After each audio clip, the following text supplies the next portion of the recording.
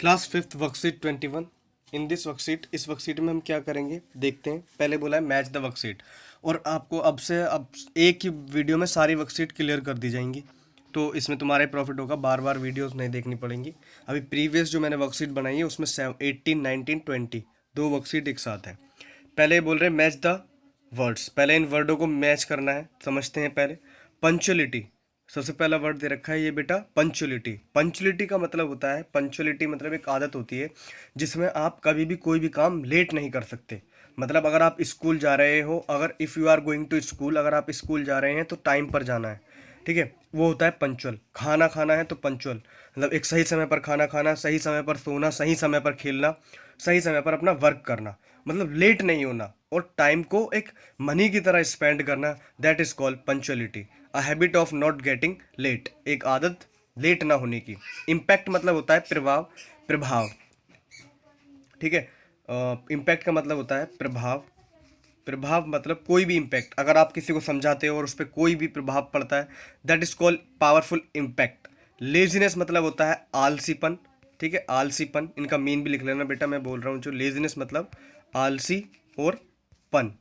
थोड़ा साफ नहीं है तो आप अपने हिसाब से लिख लेना।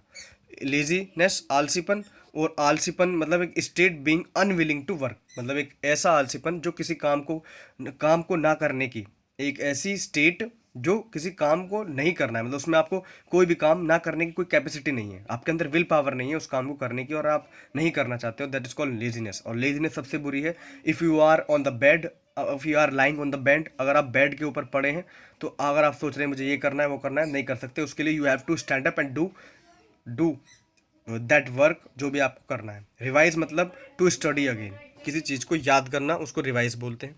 नेक्स्ट दे रखा है कि stop doing, own, stop doing और ओनिंग समथिंग, एक ऐसी चीज़ जिसको आप अपने आप से छोड़ देना, उसको स्वयं के द्वारा स्टॉप कर देना, उसको छोड़ देना, उसको बोलते हैं गिव अप।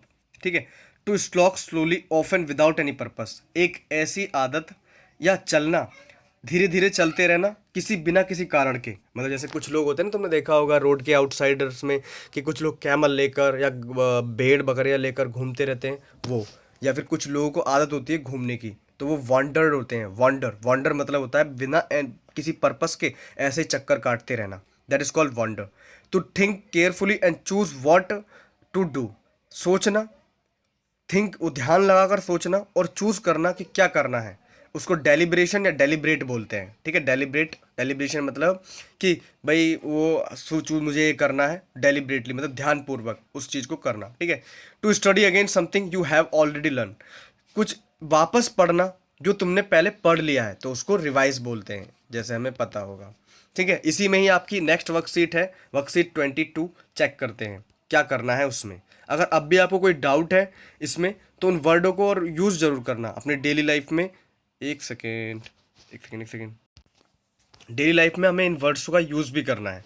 अब इनमें जो वर्ड है वो क्या है, जैसे punctual, I am very punctual. Impact, अरे इसके अंदर तो बहुत लेजीनेस है। रिवाइज करना।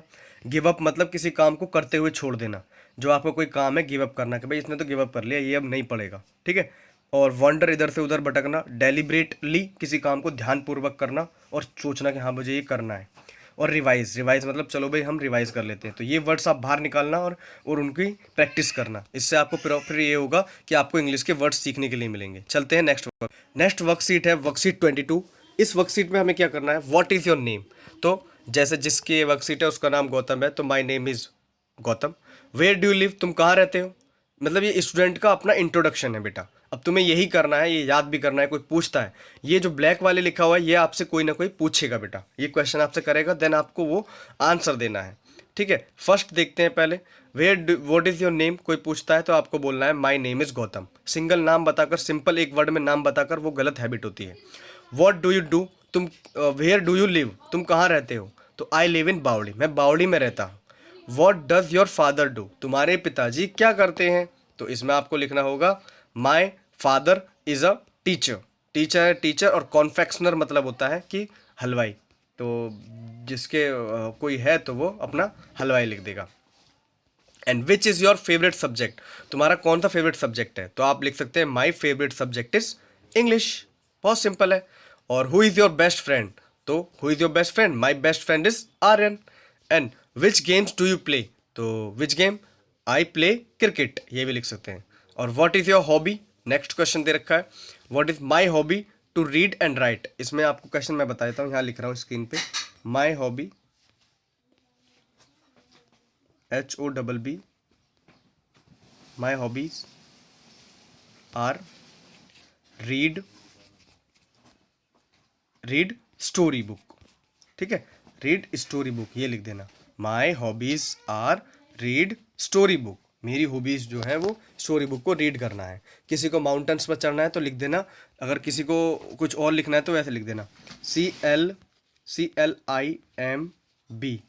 CLIMB, climb on mountain, MO, sorry साफ लिखता हूँ बेटा क्योंकि मिस्टेक हो रही है, CLIMBING,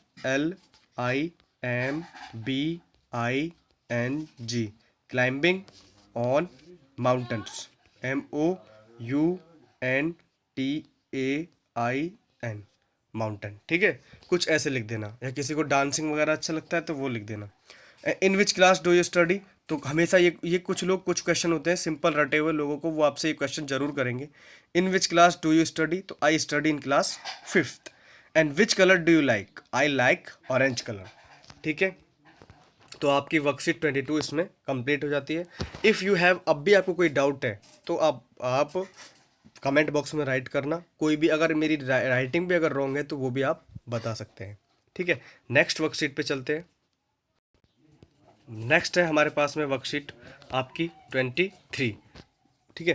तो इस वर्कशीट में हमें क्या करना है, change affirmative sentence into negative. अब देखो एफर्मेटिव क्या होते हैं, एफर्मेटिव को बोलते हैं साधारण वाक्य, simple sentence, that is called साधारण वाक्य। और नेगेटिव मतलब होता है नहीं वाला सेंटेंस, ठीक है बेटा। तो जैसे अब इसमें दे रखा है यू आर रीडिंग, जैसे फर्स्ट दे रखा था, इन्होंने बोला कि भाई एफर्मेटिव मतलब आई एम वर्किंग, और नेगेटिव एग्जाम्पल भी दे रखे हैं इन्होंने, एग्जाम्पल हमारे पास है आई एम वर्किंग, मतलब मैं काम कर रहा हूँ, इसका मतलब ये होता है, जब भी ING लगी हो उसका मतलब होता है रहा है। तो आप इसको लिखना ही नहीं है, हमें बोलना भी है, I am dancing, I am cleaning house, और आई एम गोइंग, ठीक है, I am dancing, I am reading, I am playing, ऐसे करके। और अगर आपको नहीं लगाना चाहते हो, नेगेटिव बोलना चाहते हो कि भाई मुझे नहीं खेल रहा हूँ, तो I am not working, I am not playing, ऐसे करके। अब देखते हैं सेकंड, पहले फर्स्ट, यू आर रीडिंग, तो यू आर रीडिंग, अब इन्होंने सिर्फ क्या करा था, आई एम सेम रहा, वर्किंग सेम रहा, बस नेगेटिव में नॉट लगा दिया। तो इसका नेगेटिव सेंटेंस हम कैसे बनाएंगे,